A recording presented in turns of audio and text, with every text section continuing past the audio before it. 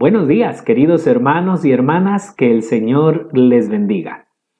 En el Evangelio que la Iglesia nos presenta para este día miércoles de la tercera semana del tiempo de Adviento, se nos va a hablar sobre un momento crítico en la vida de fe de un gran hombre.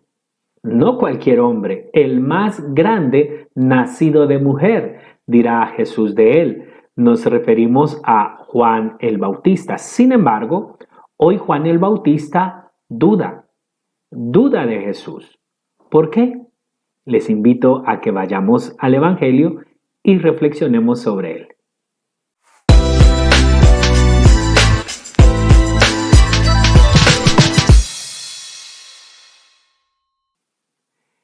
El Evangelio de hoy está tomado del Evangelio según San Lucas en el capítulo 17, versículos del 19 al 23. Este es un momento en la vida de Jesús que ya hemos reflexionado en este tiempo de Adviento. De hecho, fue el Evangelio del día domingo pasado, solo que ese día lo reflexionamos a la luz del Evangelio según San Mateo. Es un texto que pertenece a la fuente Q, es decir, solo Mateo y Lucas nos narran este momento en la vida de Jesús. Marcos, pues, no lo hace. Vayamos al Evangelio. Dice la palabra del Señor así. En aquel tiempo, Juan envió a 2 de sus discípulos a preguntarle al Señor: ¿eres tú el que había de venir o tenemos que esperar a otro? Los hombres se le presentaron y le dijeron: Juan el Bautista nos ha enviado a preguntarte si eres tú el que había de venir o si tenemos que esperar a otro. En ese momento, Jesús sanó a muchos de enfermedades, achaques y malos espíritus, y devolvió la vista a muchos ciegos. Después les respondió: vayan a informar a Juan de lo que han visto y oído. Los ciegos recobran la vista, los cojos caminan, los leprosos quedan limpios, los sordos oyen, los muertos resucitan, los pobres reciben la buena noticia. Y dichoso el que no tropieza por mi causa. Palabra del Señor. Gloria a ti, Señor Jesús. Les invito a que reflexionemos este Evangelio hoy fijándonos en cada personaje que aparece en el Evangelio.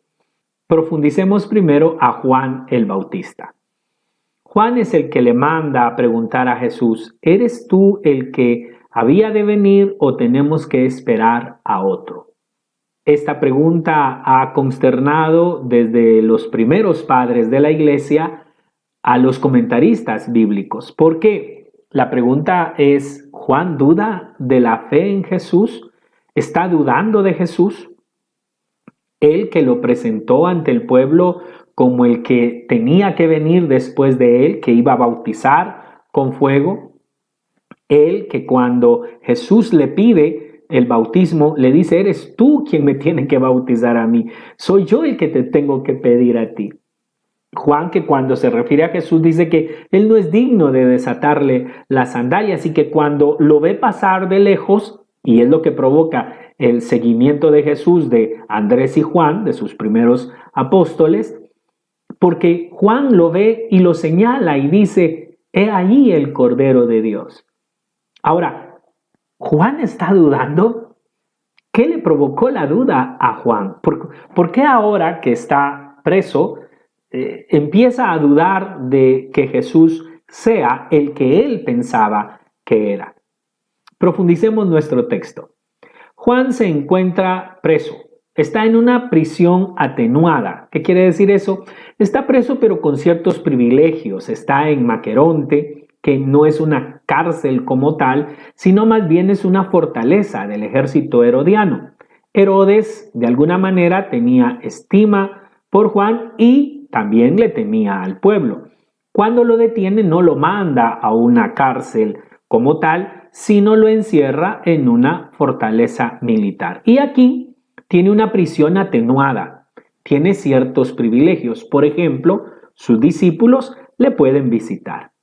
Y estando en la cárcel, hay un problema. Ni para Juan, ni para muchos de sus discípulos, las noticias sobre Jesús encajan con las expectativas mesiánicas de la época. Y de ahí la pregunta de Juan a Jesús. Juan, como los fariseos, los sumos sacerdotes, los escribas, los maestros de la ley, tenía como una cartilla, como un cartel de las características y de las tareas que tenía que realizar el Mesías cuando llegara al pueblo de Israel. En el caso de Juan el Bautista, el tema pasa porque él tiene la idea de un Mesías que busca la radicalidad, la fidelidad a Dios, una radicalidad hacia la búsqueda de la perfección, de la santidad. Por eso es que muchos fariseos encajan con el mensaje de Juan el Bautista y lo buscan. Recordemos el testimonio que nos da Mateo 3 del 7 al 10. Al ver que muchos fariseos y saduceos acudían a que los bautizara, les dijo: raza de víboras, ¿quién les ha enseñado a escapar de la condena que llega? Muestren frutos de un sincero arrepentimiento y no piensen que basta con decir nuestro padre es Abraham, pues yo les digo que de estas piedras puede sacar Dios hijos para Abraham.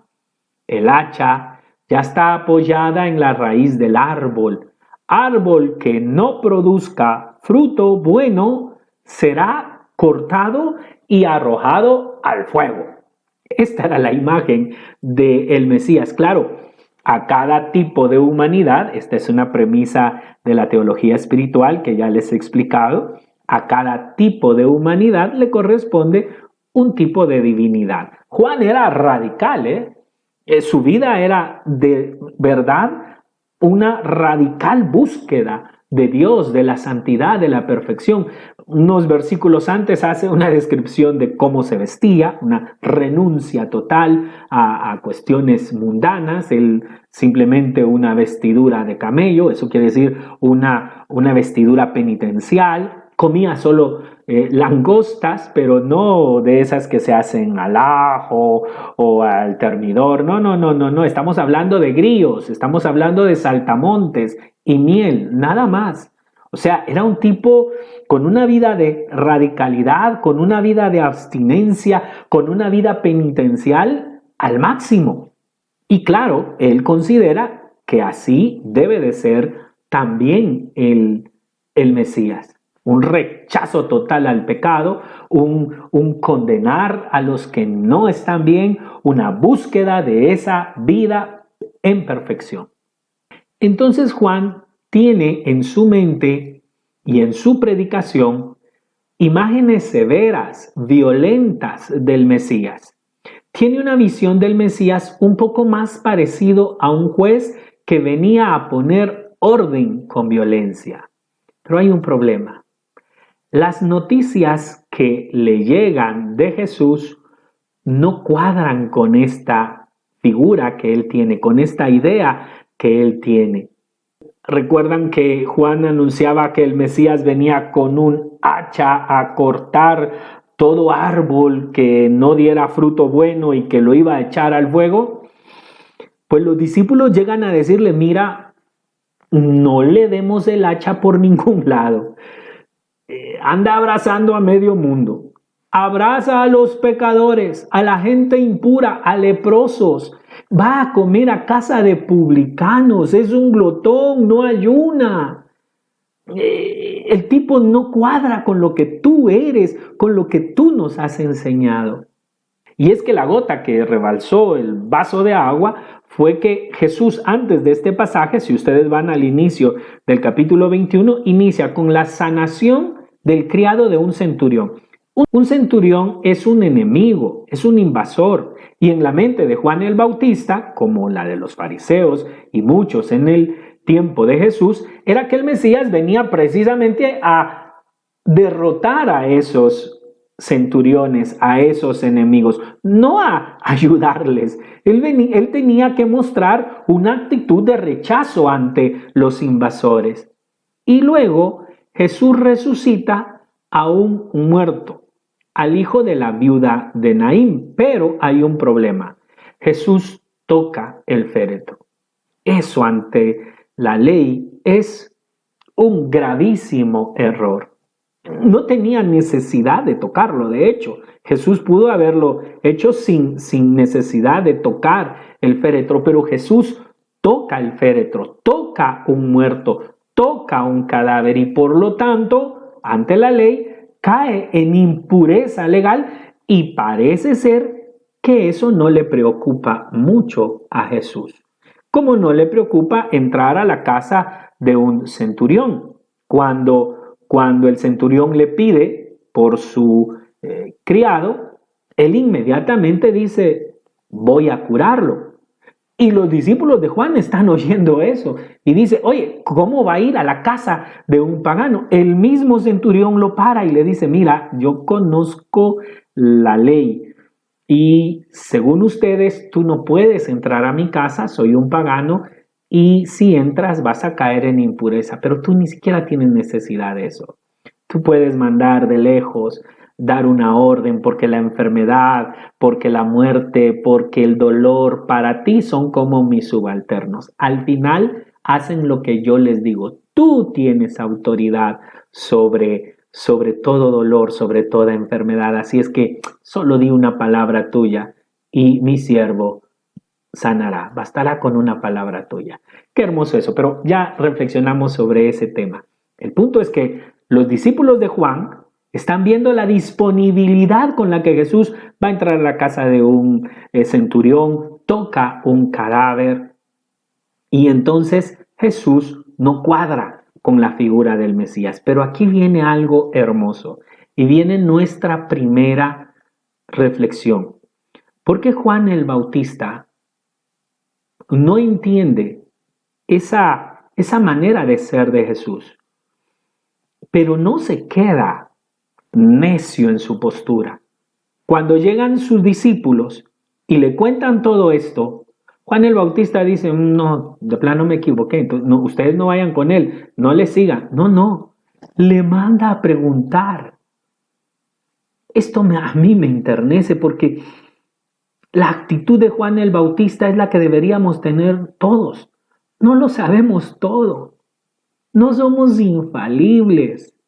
Tenemos que aprender a ser humildes en nuestra búsqueda de la radicalidad, en la santidad, en la perfección. Todo eso está perfecto porque nada que no le haga daño al hombre es malo. El ser humano está llamado a buscar madurar, a buscar crecer, pero nunca empecinarse en ideas, encasillar a Dios.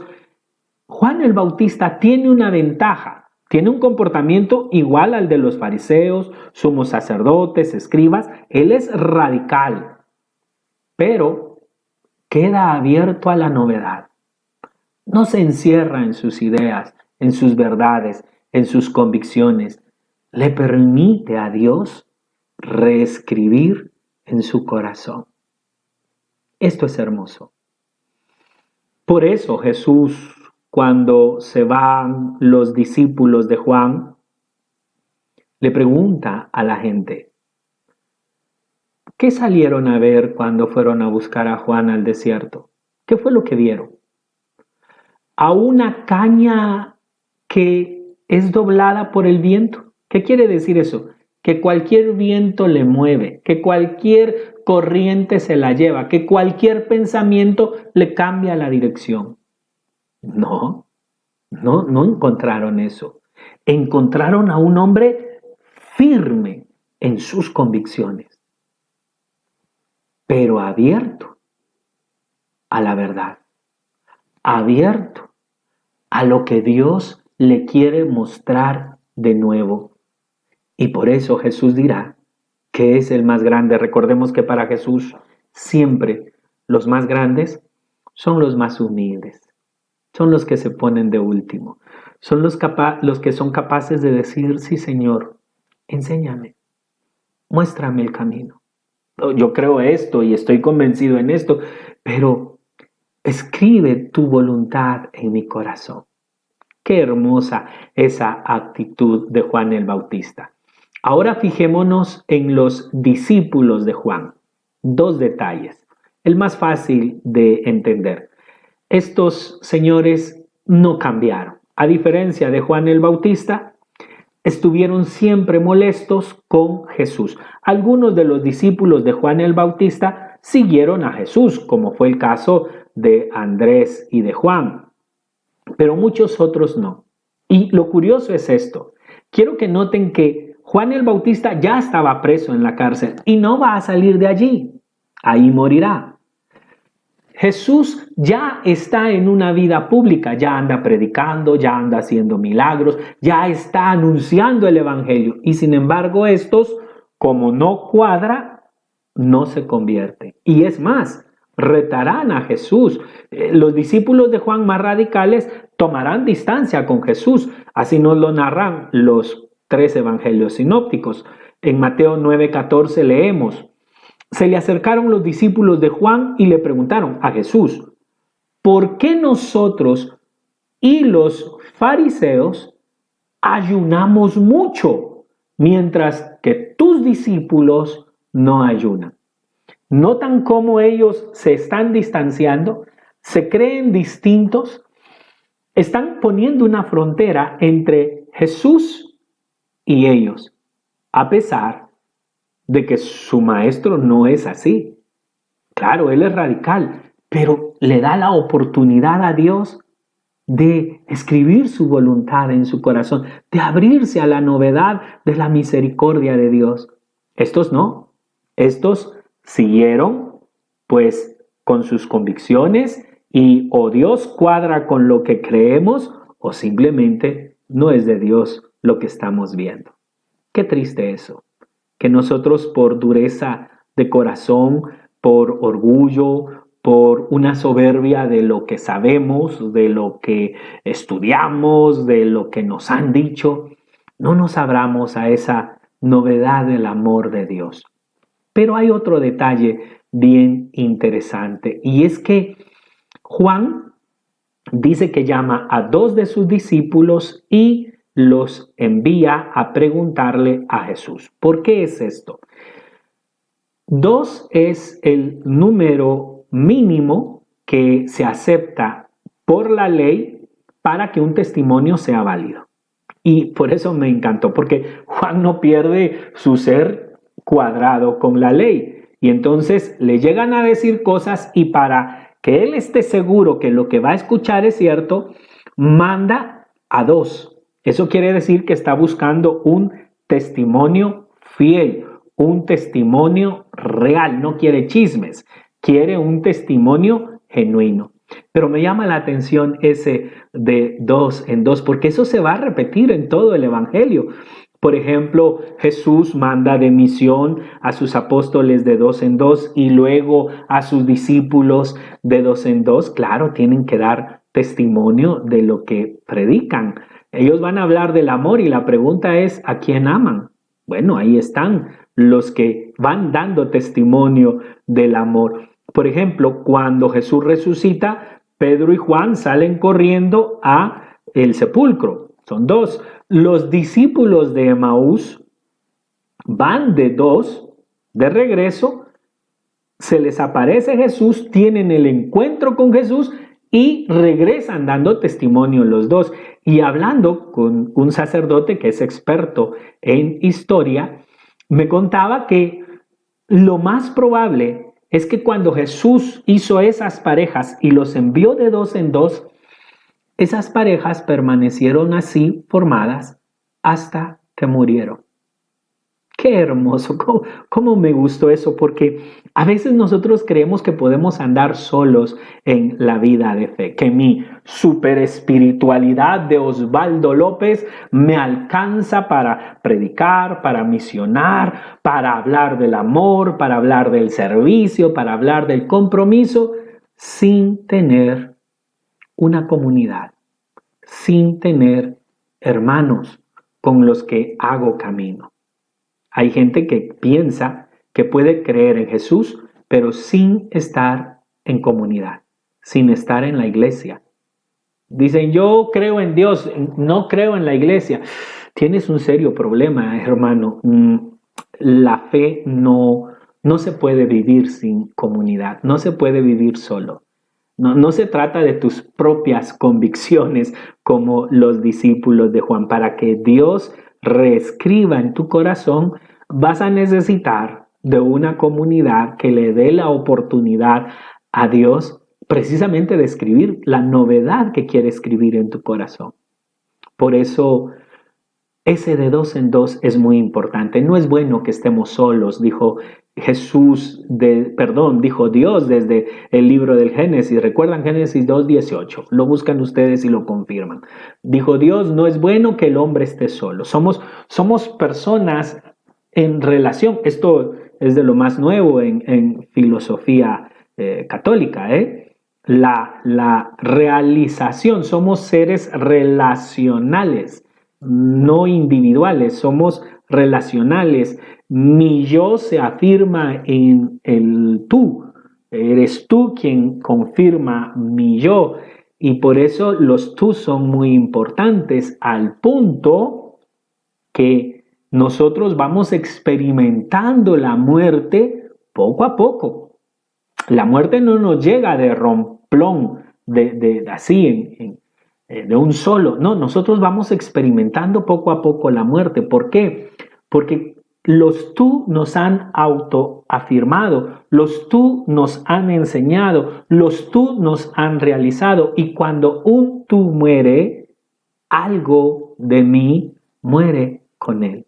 Cuando un tú ya no está, algo de mí se ha ido con esa persona que ya no está. Entonces, estar en comunidad es fundamental. No podemos nosotros creer que podemos vivir solos nuestra fe, que, como dirá mi paisano Ricardo Arjona, bautízame tú, Jesús, aquí entre amigos. Eso no existe en la vida de fe en el Evangelio. Vamos a tener que hacer camino juntos. Y ojalá que sea un camino duradero, un camino con compromiso. Va a haber dificultades, seguramente va a haber muchos momentos difíciles, pero de eso se trata, de dar testimonio de que el Evangelio es real y funciona en nuestra vida. Luego aparece la respuesta de Jesús, que es la más importante de todo el texto. ¿Qué es lo que Jesús responde? Le dice a los discípulos de Juan el Bautista, vayan a informar a Juan de lo que han visto y oído. Atención, porque esta es una situación muy importante para nosotros, ver y oír. En la fe no solo hay que hablar, también hay que actuar. Y no solo hay que actuar, tenemos que también hablar.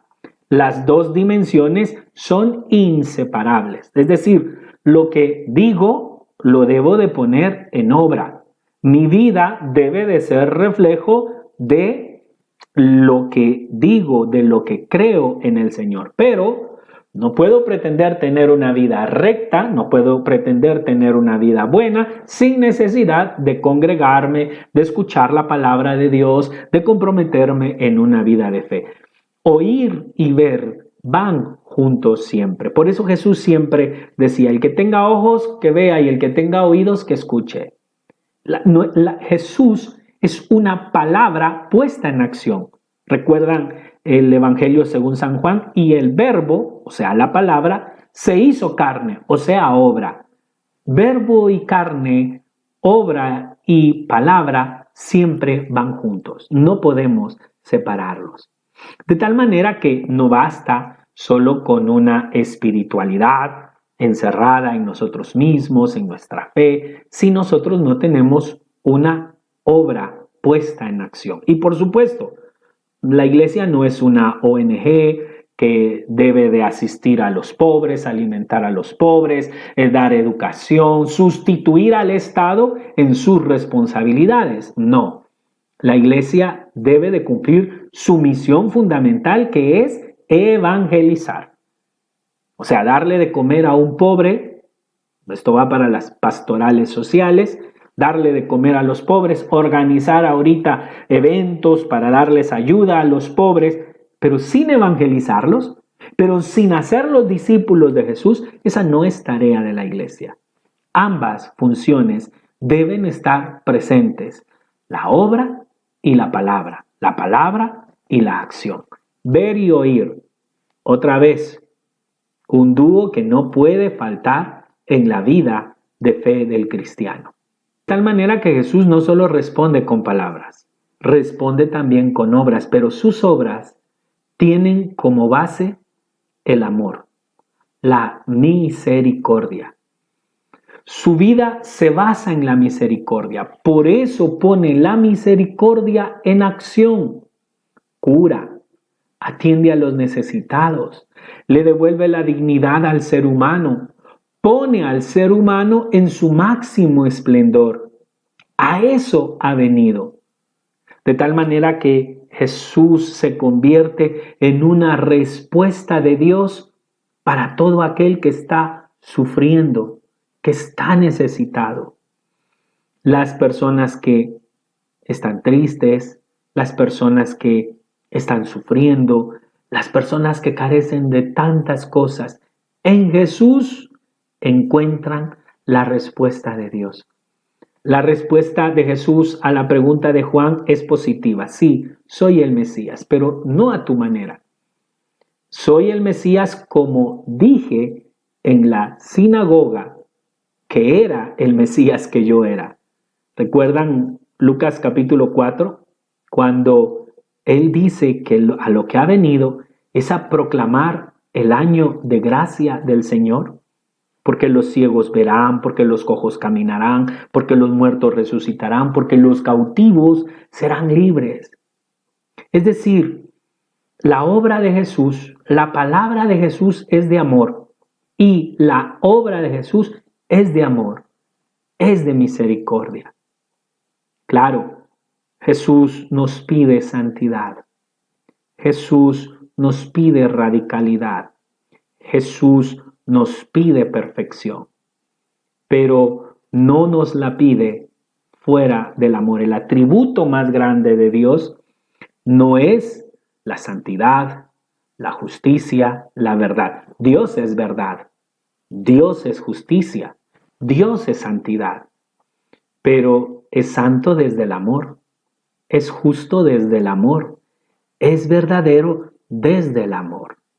De tal manera que el cristiano debe aprender esto, a actuar con justicia, con rectitud, con santidad, con radicalidad desde el amor. Y el amor que es misericordioso, el amor que se conmueve, el amor que pone en el centro al ser humano, con su realidad, con su historia, con sus limitaciones, con sus dificultades, con sus caídas, y le muestra el amor de Dios.